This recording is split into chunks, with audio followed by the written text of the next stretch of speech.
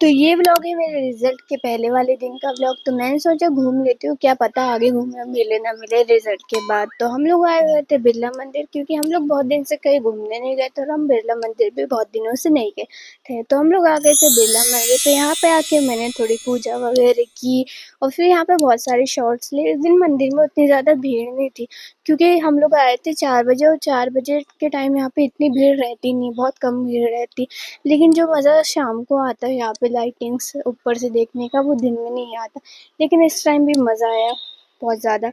और फिर यहाँ से हम लोग निकल चुके थे न्यू मार्केट जाने के लिए, क्योंकि यहाँ से न्यू मार्केट बहुत ज़्यादा ही पास में, मतलब थोड़ा सा ही जाना पड़ता है और 10 रुपये लगते हैं यहाँ से न्यू मार्केट के। और हमको बहुत सारा सामान भी लेना था, तो हम लोग आ गए थे। और इस दिन थी अम्बेडकर जयंती, तो MP नगर पे हो रहा था यहाँ पे उसका प्रोग्राम। और फिर वहाँ से हम लोग आ गए थे अपने पिपलानी पे। यहाँ पे हमने पिया जूस और घर आ गए। जाते जाते लाइक शेयर सब्सक्राइब करना ना भूले।